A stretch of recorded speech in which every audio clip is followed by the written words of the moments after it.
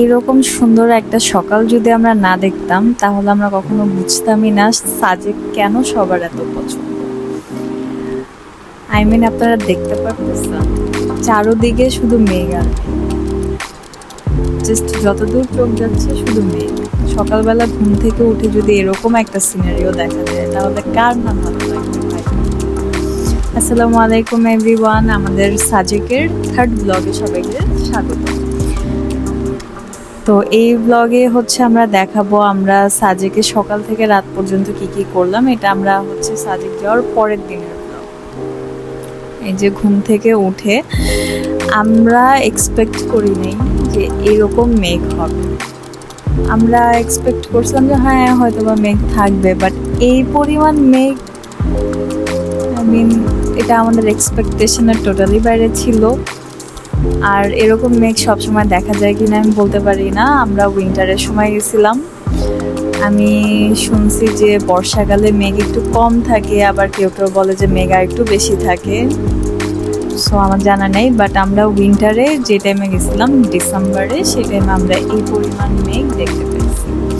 সকালবেলা এই পরিমাণ ছিল, ইভেন সন্ধ্যাতেও দেখা গেছে সন্ধ্যাবেলা। এই যে আমরা সকালে ঘুম থেকে উঠে কিছুক্ষণ বসে ভিউ এনজয় করলাম বেশ অনেকক্ষণ। আমরা মেঘ প্রায় 9টা, 9:30 কি 10টা পর্যন্ত এরকম মেঘ দেখা যায়। তো তারপরে রিসর্ট থেকে আমাদেরকে নাস্তা দিয়ে গেল, খিচুড়ি, ডিম ভুনা আর একটা আচার ছিল। তো ভিউ এনজয় করতে করতে আমরা খিচুড়ি শেষ করে বের হয়ে গেলাম। এটা হচ্ছে কংলাং পাহাড়ের ভিউ। কংলাং পাহাড়ে উঠে আমরা হচ্ছে এরকম একটা ভিউ পাইছি। তো অস্থির একটা ভিউ ছিল, মারাত্মক।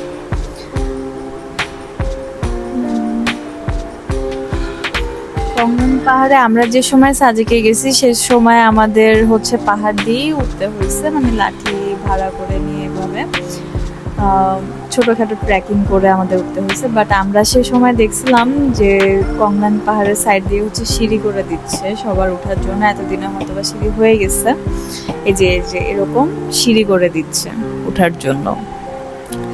এটা অনেকের জন্য ইজি হবে, বাট ট্রেকিং এর যে মজাটা সেটা নষ্ট হয়ে যাবে। তারপরে আমরা হচ্ছে কংলাং পাহাড় থেকে নেমে হেলিপ্যাডের দিকে যাচ্ছিলাম, যে ভিউ এনজয় করতে করতে।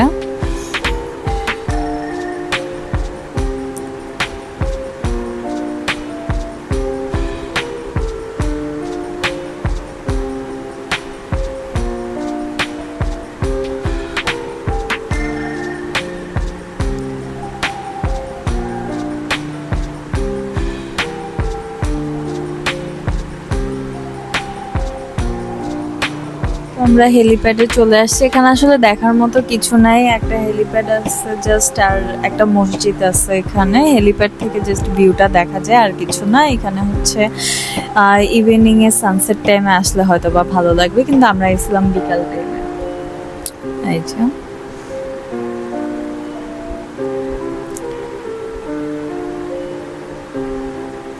এই হচ্ছে ভিউ।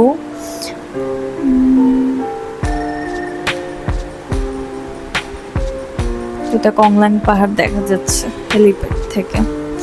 এখানে হচ্ছে একটা মসজিদ আছে, এই যে মসজিদ। আমি বেশি ভিতর পর্যন্ত যেতে পারি নাই, জাস্ট অল্প একটু ক্লিপ নিতে পারছিলাম। মসজিদটা সুন্দর, দেখার মতো সুন্দর, বেশ সুন্দর করে করছে ওরা। ভিতরে কিরকম বলতে পারি না, বাইরে দিয়ে বেশ নিট অ্যান্ড ক্লিন ছিল ভিউ। তারপর এখান থেকে আমরা চলে যাই লুসাই গ্রামে। লুসাই গ্রামে আসলে আমরা তো ব্লগটা অনেকদিন পরে আপলোড করতেছি, সো ওখানে আমাদের টোকেন কত করে নিয়েছিল সেটা আমার মনে নেই, বাট ওখানে আপনারা হচ্ছে 30 মিনিটসের বেশি স্টে করতে পারবেন না। 30 মিনিটস ওভার হয়ে গেলে ওরা ডাকাডাকি করে। আর হচ্ছে ওদের যে ড্রেসটা ট্রেডিশনাল সেটা হচ্ছে আপনারা নিতে পারবেন, মনে হয় 100 টাকা করে ছিল সে সময়, এখন কত আমার মনে নেই। আর ওদের যে টোকেনটা এটা মনে হয় 30 টাকা বা 50 টাকা এরকম হবে, এক্স্যাক্টলি আমি বলতে পারতেছি না। লুসাই গ্রামটা বেশ সুন্দর ছিল, সাজানো গোছানো। ওদের যেই ট্রেডিশনাল স্টাফস বা ট্রেডিশনাল যে জিনিসপত্রগুলো ছিল সেগুলো ওরা খুব সুন্দর করে সাজিয়ে রেখে দিচ্ছে, যে এখানে এরকম পিকচার করে রাখা ছিল। আবার ওরা হচ্ছে বোর্ডে ছোট বড় বোর্ডে ওরা হচ্ছে সুন্দর করে লিখে দিছিল কোনটা কি বা ওই সময় কি হতো, এই ধরনের স্টোরি এগুলো ওরা খুব সুন্দর করে সাজিয়ে গুছায় রেখে দিছিল। আর এই যে এটা একটা মিউজিয়াম টাইপের ছিল, যেখানে ওদের অনেক কিছু ছিল যেগুলো দিয়ে ওরা শিকার করতো, এই টাইপের জিনিসপত্র, এই যে এগুলা এটাও সুন্দর ছিল। সাজানো গোছানো একটা গ্রাম, ছোটখাটো একটা সাজানো গোছানো গ্রাম ছিল। ওটার ভিতরে মনে হয় কোনো একটা রিসর্টও আছে। যাই হোক, তারপরে আমরা লুসাই গ্রাম থেকে বের হয়ে লাঞ্চে চলে যাই। লাঞ্চ করি আমরা মন্টানা রেস্টুরেন্টে। সেদিন আমরা নিয়েছিলাম হচ্ছে ব্যাম্বো চিকেন, ভাত, আলুর ভর্তা, ডাল। তো এই ব্যাম্বো চিকেনের টেস্টটা খুবই ভালো ছিল। ব্যাম্বো বিরিয়ানিটা আমরা আগের রাতে ট্রাই করছিলাম, সেটা খুবই ভালো ছিল, বাট এই ব্যাম্বো চিকেনটা খুব মজা ছিল। সাথে ওদের আলুর ভর্তা, ডালটাও খুব মজা হয়। তারপরে লাঞ্চ শেষ করে আমরা বের হয়ে এরকম একটা সানসেট এনজয় করি। সানসেট এনজয় করার পর আমরা পাশেই এরকম একটা স্টোন গার্ডেন ছিল আর্মি ক্যাম্পের পাশে। তো এই স্টোন গার্ডেনে আমরা বেশ কিছুক্ষণ টাইম স্পেন্ড করি, বসেছিলাম আমরা। এখানে বসে থাকতে ভালোই লাগতেছিল, অনেক মানুষজন ছিল। ফার্স্টে অনেক ক্রাউড ছিল, পরে আস্তে আস্তে মানুষজন কমে যায়, তখন বেশ ভালো লাগতেছিল বসে। যেখান থেকে এরকম ভিউ পাওয়া যায়, মেঘও দেখা যাচ্ছিল এখান থেকে।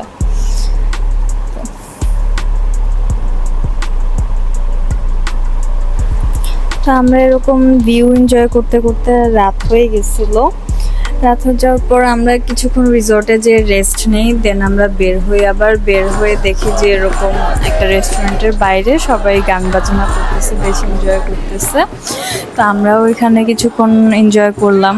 এনজয় করার পর আমরা আমাদের ডিনার অর্ডার করি। তো সেদিন আমরা মন্টানা রেস্টুরেন্টে খাইনি, আরেকটু রেস্টুরেন্টে খেয়েছিলাম। রেস্টুরেন্টের নামটা আসলে এখন আমার মনে নেই। তো সেখান থেকে আমরা বারবিকিউ চিকেন আর পরোটা নিয়েছিলাম, যেটা টেস্ট খুবই বাজে ছিল। বারবিকিউ চিকেন অ্যান্ড পরোটা, চিকেনের টেস্ট খুবই বাজে ছিল।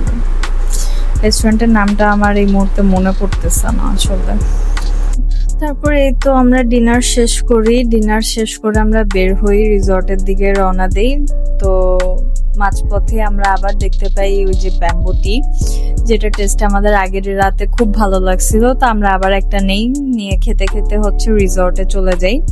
তো এই ছিল আমাদের সাজেকের লাস্ট নাইট। পরের দিন আমরা সাজেক থেকে বের হয়ে চলে যাই।